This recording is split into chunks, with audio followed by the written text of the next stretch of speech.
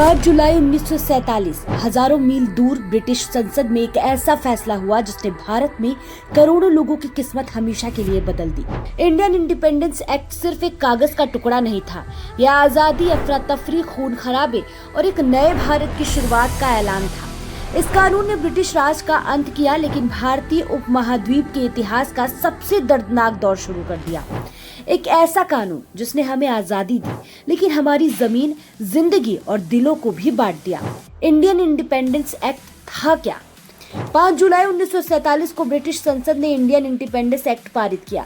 ये कानून ब्रिटिश राज के करीब 200 साल के शासन का आधिकारिक अंत था। ये कानून 15 अगस्त 1947 से लागू हुआ। इसके साथ ही 2 आजाद देश बने, भारत और पाकिस्तान। लेकिन यह कानून किसी सद्भावना या गहरी योजना से नहीं, बल्कि जल्दबाजी, दबाव और धार्मिक तनाव की प्रतिक्रिया में बना। इसे ब्रिटेन के प्रधानमंत्री क्लेमेंट एटली की लेबर सरकार ने तैयार किया और इसकी नींव थी भारत के आखिरी वायसराय लॉर्ड माउंटबेटन की योजना। इसका उद्देश्य था कि ब्रिटिश साम्राज्य की जल्द और सुरक्षित वापसी हो, भले ही भारत खून में डूब जाए। आखिर इस कानून में क्या क्या था? भारत का बंटवारा। ब्रिटिश भारत को 2 हिस्सों में बांटा गया, एक भारत और दूसरा पाकिस्तान। पंजाब और बंगाल को धर्म के आधार पर तोड़ा गया। 2 स्वतंत्र राष्ट्रों की स्थापना। भारत और पाकिस्तान को पूरी तरह स्वतंत्र कानून और प्रशासन दिए गए। ब्रिटिश हुकूमत का अंत।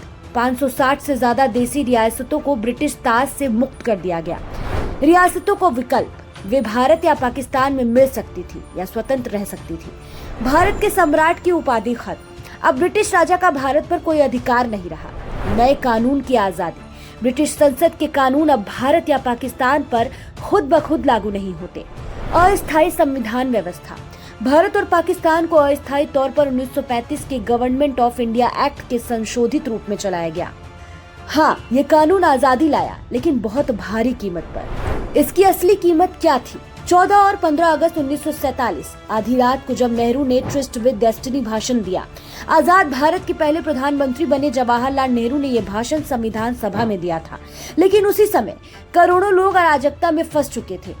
करीब 1.5 करोड़ से ज्यादा लोग बेघर हो गए। सिख और हिंदू पाकिस्तान से भारत आए, मुसलमान भारत से पाकिस्तान गए। ट्रेनें लाशों से भरी लौटती थी, गांव चलाए गए, परिवार उजड़ गए, करीब 10 लाख लोग मारे गए। यह आधुनिक इतिहास की सबसे भयानक सांप्रदायिक हिंसा थी। भारत ने धर्मनिरपेक्ष लोकतंत्र का रास्ता चुना, जबकि पाकिस्तान बना इस्लामी देश। जिस 2 राष्ट्र सिद्धांत पर बंटवारा हुआ था, उसकी गूंज आज भी भारत पाकिस्तान संबंधों में सुनाई देती है। लेकिन भारत रुका नहीं। गांधी, नेहरू, पटेल और अंबेडकर के नेतृत्व में भारत ने अपना संविधान बनाया, जो 26 जनवरी 1950 को लागू हुआ। भारत बना एक संप्रभु, धर्मनिरपेक्ष, लोकतांत्रिक गणराज्य।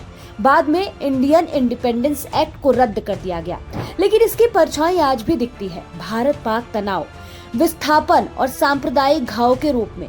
और फिर भी भारत ने सब सहा, सीखा और फिर खुद को खड़ा किया। भारत का विभाजन केवल राजनीतिक घटना नहीं, बल्कि मानवीय त्रासदी भी था।